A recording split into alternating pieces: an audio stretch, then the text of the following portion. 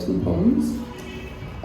This first one is about, I have ingrown nails, and then sometimes I need to go get them digged out. Whatever. This is the first poem. I don't know what it's called, it's about my ingrown nails.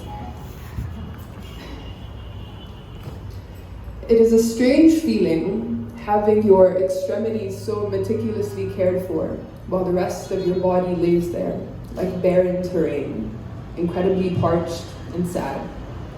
As I sit on this white plush chair, my foot in the face of a woman whose labor is being exploited, I remind myself that I do not belong to the bourgeoisie.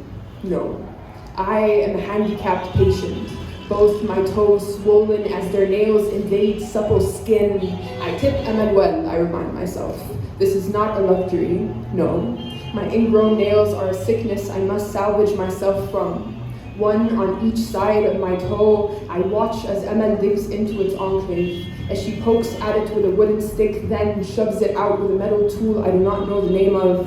How, after an arduous expedition deep into the area that is the sides of my toes, she shows it to me heroically. A nail, so unbelievably tiny yet killer, caught between the prongs of a tweezer-like thing, displayed like a token of war. Like a lock of hair matted with blood or a dagger, still sporting the insides of its victims between its teeth.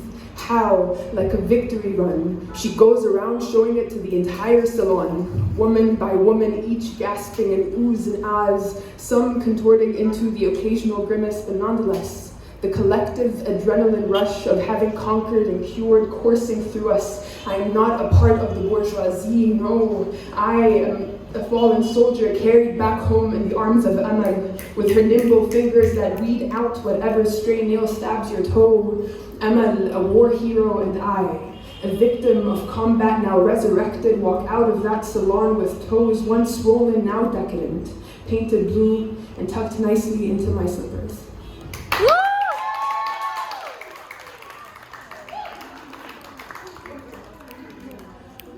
So this is the other one. Okay. This poem is called Neurotica X-treme.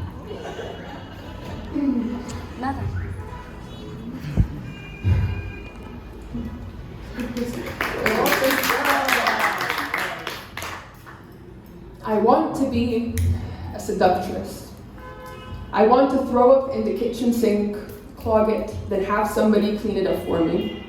I want to have a gorgeous voice, for people to weep the moment the first note exits my mouth and enters the vicinity of their ears. I want to make them cry until their snot is slobbered all over their faces and down their necks, and then I want to stop and leave, not even wait for an applause. Just walk away to the sound of noses being blown into worn-out tissues. Sometimes I imagine myself into realities I know I will never inhabit, like ones where I own all the monies and count them on my sticky fingers, where I flip my hair and call random men whores because who's going to stop me? Where, when they ask me who I am, I tell them, I am the system. I am the system, the movement's movement, a daughter and a sister and a limp old hag with really bad breath. I wish my imagination was forgiving enough to allow you out here with me. But imagination is not something that we can afford in this economy. Look, I know that we do not speak the same language, but let's pretend that we do. Tell me how you want to go about it, I'll help you. How about rallying them up and burning them at the stake again? How about digging out their ancestors' graves and shoving them in it instead for the sake of sentimentality? Do you even know me?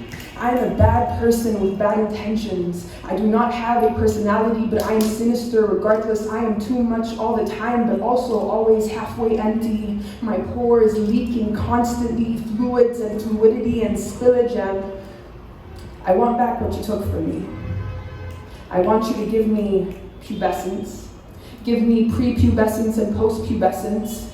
Give me bloodstains and crusty heels, hormonal rage, and manic teenage girls with gnarly upper lips and saggy earlobes will form a cult.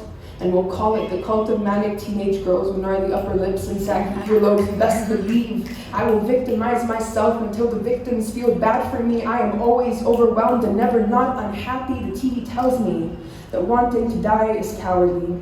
My boss does not know my name, only my body, and truly I am only a body. We are all just vessels, either socialized into dodging bullets or into becoming the bullets. Lodge nicely in the mouth of the weapon, a pull of a trigger, the grand slam of shutting someone up. So give me sophisticated language, I dare you. A colonial tongue with which I could preach to the masses with. Give me the recklessness I need to ask for what I want. Bare your teeth to me, cock your gun for me. Give me something to live for, to fight for, to die by. Look me in the eyes and tell me, it wasn't me who you saw. In all of my grandiosity, in all of my epicness, in all of my tough-boned anxiety attack hypocrisy, battered into the cement of this neighborhood's back alley.